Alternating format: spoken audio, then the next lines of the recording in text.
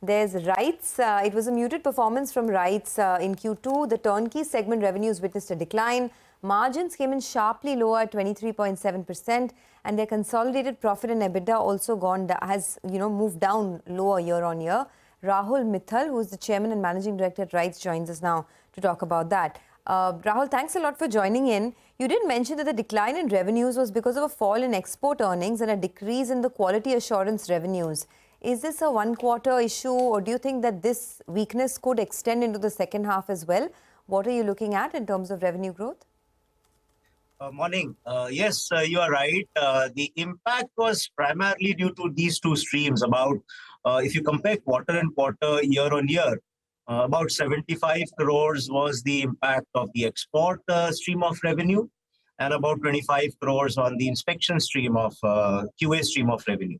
And both are primarily because, as I said in my earlier interactions, that the order book for export, we started the FY only with about 100 crores, and these are pre-COVID orders.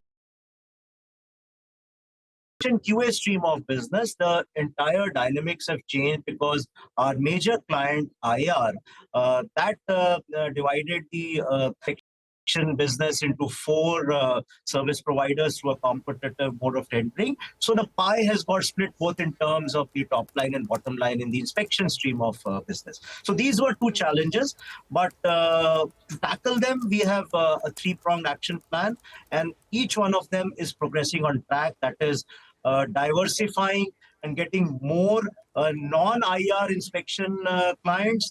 Number two, building up on our project consultancy revenue, which grew 20% year on year, 10% sequentially.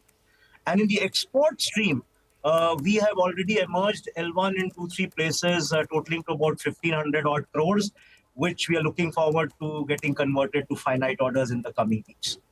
So by the end of FY24, is there a possibility that you could even see a degrowth? I'm asking because earlier you said that FY24 revenues would be better than FY23, but there's been 2 quarters of degrowth now in revenues. So do you think you could end the year with a fall in revenues compared to FY23? Not at all. In fact, in the beginning of this FY, we were very clear that this is going to be a tough year, considering these two scenarios of the export and the inspection were very clear that this is going to be a challenge. So this year, we were all through our strategy was to hold on there, to try and diversify and be at least reach the levels of last FY, both in terms of the top line, bottom line, and margins, and get these new things in place, whether it is the export orders, whether it is newer clients in the inspection stream, or whether it is a substantial growth in the project consultancy business. So all three are progressing sequentially on track. And as I said, this FY would be a period of trying to hold on to FY23, and I see a substantial growth happening in Q1 onwards as these three strategies start generating revenue. All right, Mr. Mithal, hi, good morning. So for year to date, actually, first half of the year, you're down 11%, but you're saying for the year, you'll be able to make up and do a close to around 2,600 crores by the end of this year. Give us a couple of numbers then. Exports, as you said, was a very small part of your business, but now you're L1, and I think that is amounting to around 1,500 crores. So for FY25, what kind of a revenue growth are you looking at on that base of around 2,600 crores? And out of the revenues, how much will exports contribute? You see, traditionally, export stream of revenue contributes to about 25% of my total pie. And this year has been an outlier because of the, no orders coming in about 2 years of the COVID period. So now that these orders should be in place in the coming weeks, our aim is that these start generating revenue, the latest by Q1 of FY25, if not by Q4 of this year. So our aim would be that they generate revenue, come back to the trend of about 25% of the total pie. And having said that, then FY23 and FY24 being at the same level, FY25 should see a substantial growth. We would be aiming for at least a double-digit growth in both the bottom line and the top line.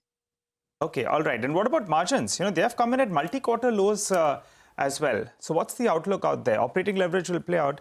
Then you expect margins to move up. You've been, in that high 20s actually, but this time around it's come at multi-quarter low. So what's the band we should work with? Double-digit revenue growth for FY25 and margins from year on, what should it look like? You see, both these streams of revenue, that is export of rolling stock and inspection stream of consultancy, both are high margin contributors to my overall margin. And so that's why these quarters and the coming 2 quarters will see a stress on margins.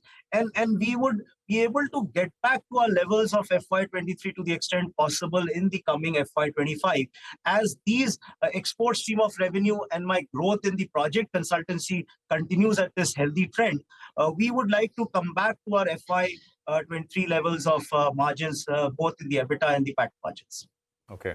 Mr. Mithal, last few questions. Sorry, the double-digit growth in revenue and profits is for the full business in FY25.